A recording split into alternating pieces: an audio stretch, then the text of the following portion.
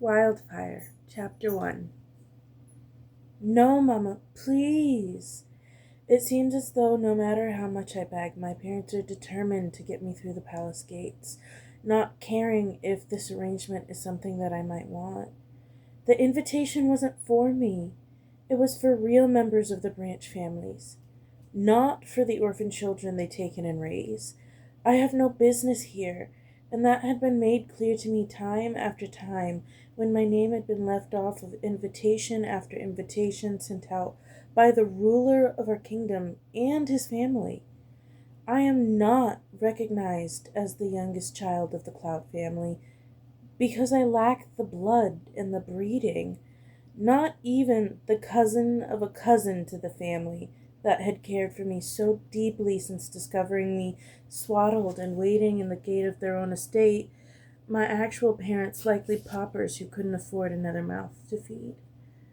The sprawling ancient palace in front of us belongs to the royal family, the king having recently allowed his son to rest upon its highest peak in his shifted form to bellow out a call that had shaken all of the branch families to their cores. A mating call like any other, it had affected all of the unmated childbearers in the area, myself included.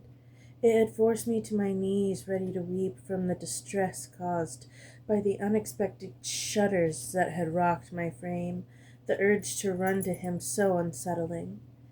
I had wept then, too, much out of the same fear coursing through me now, a fear of those who call the extravagant palace of carved gold and brimstone castle home. Any other time I would jump at the chance to be invited to the palace, with my safety all but guaranteed, if only long enough for me to stroll through the gardens that have been rumored to be more lovely than all the riches in the world.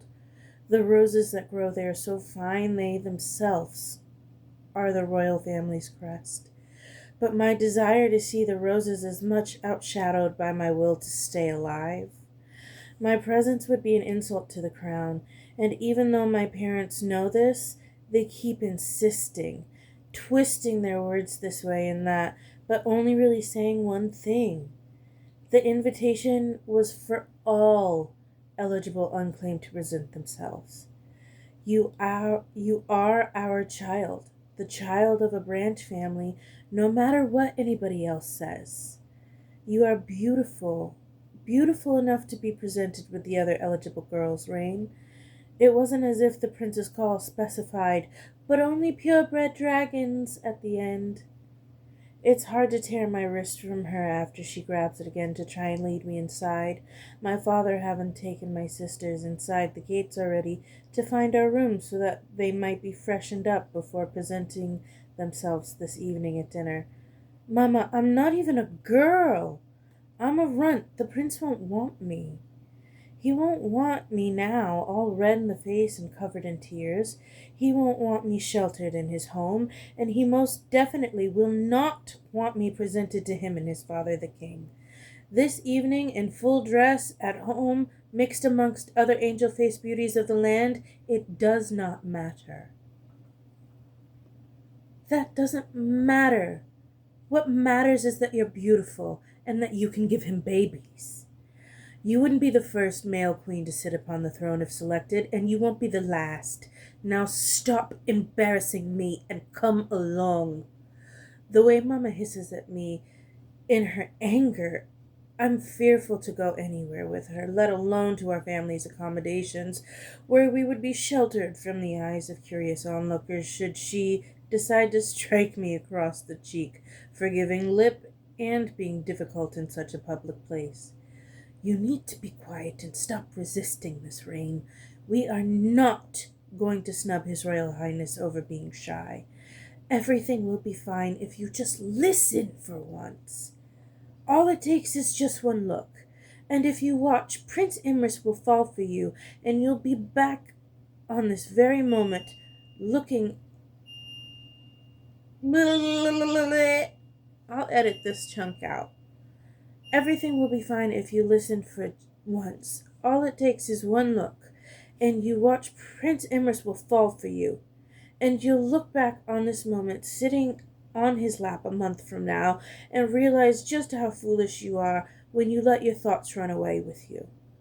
Mama's words do nothing to comfort me, only causing my tears to run faster as she grabs me by the wrist yet again, her grip so tight that it leaves no room for me to wiggle free as she starts to pull me along to an event that will only end in my execution and pure shame on our family.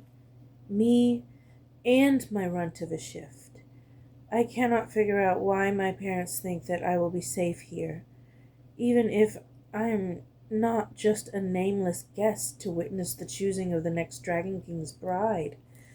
Maybe then I could get away with staying long enough to get a glimpse of the roses, just by blending in with the other bastards of the court and the servants, but presenting myself up in line with the other maidens?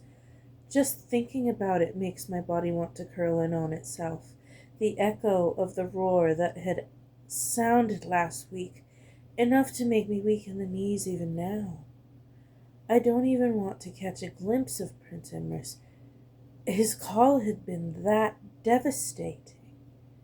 I cannot fathom the size of the beast able to achieve the volume he had. His dragon serenade reaching even the edges of the kingdom and snatching up the hearts of maidens and married women alike in the need to bow to the ferocity and vitality of our next king. I would be considered nothing but an insect if I were found anywhere near his side, and I have no doubt that I would be punished for being so close. It's a lesson that my family will